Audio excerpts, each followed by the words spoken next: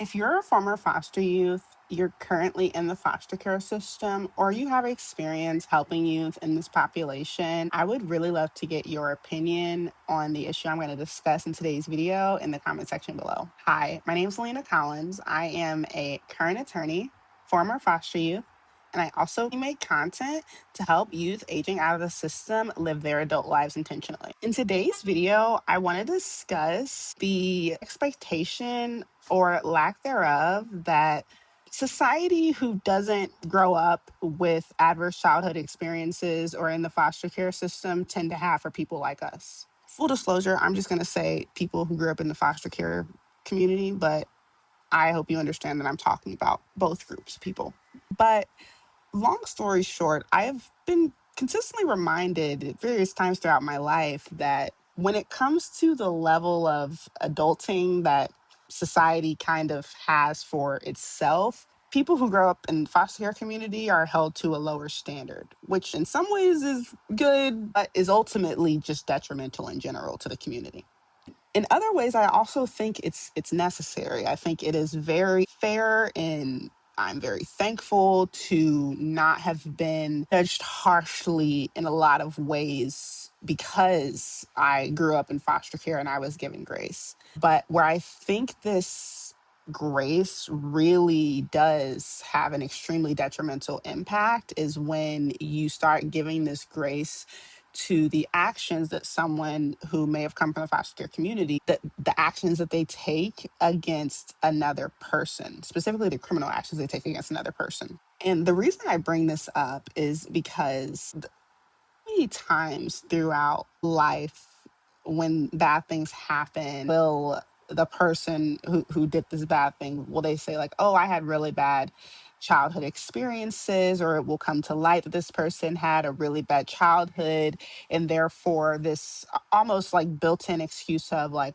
well, what could you have expected of them, like this is what happened to them. It is it's a lot of times built in for this person. And this was presented a lot of times during my first job in the legal field when I was a prosecutor by a lot of defense attorneys for justification as to the actions their clients took for whatever criminal crime. And I never would say, like, oh, well, I had a similar experience, or I know someone with a similar experience and they wouldn't do something like this. I would always typically have a logical reason for why their justification was BS. But what I consistently have been presented with at times throughout life, and this is just not necessarily in the legal field in general, this is just in my life in general, what I've consistently been presented with whenever I do open up is that even if you do try to say, I had similar experiences, and that's not true, it's you were cherry picked as a exception and placed over in a group of people who just don't exist. And it's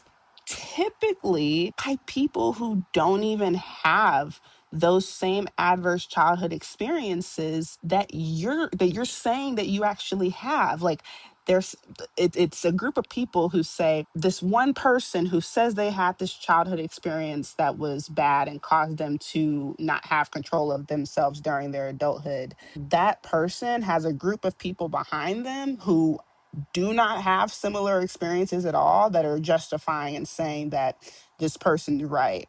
And then there's typically a group of people who have those childhood experiences or worse, and they're saying, hey, that's not true. Those actions, like your actions are completely independent and you should not be able to use it as a defense. They're like shunned as like, don't listen to them. They're not right. They're not right. And it's very confusing.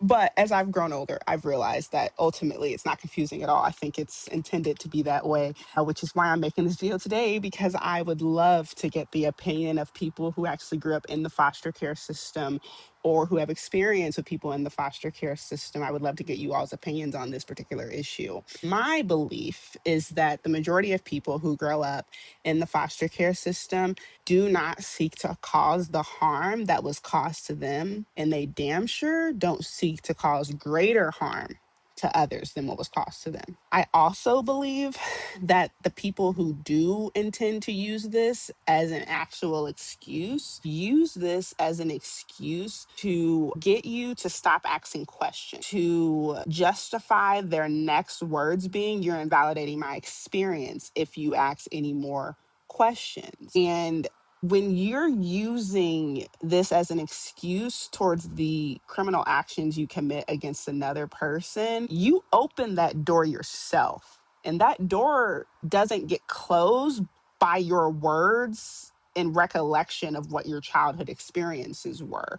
That door should be closed by justifiable evidence of that experience, because otherwise the experience that you're actually invalidating is the experience of the person who's being told that they need to forgive you for whatever physical actions you're committing against them because of those unverifiable childhood experiences. So there's that.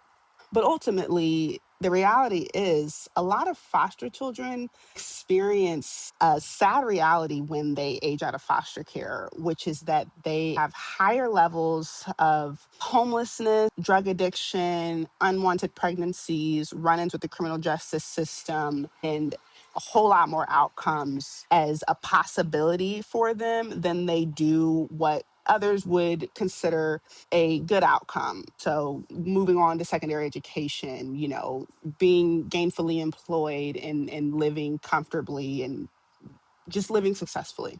So to have this narrative painted that this population of people can't control their reactions is just kind of like BS. Because I think that for the statistics that I mentioned, as well as the ones that I didn't mention, which you can look up, I think that they largely point to the fact that this population of children have to deal with the reality of aging out of a system with the lack of support and with a lack of understanding as to the resources available to them.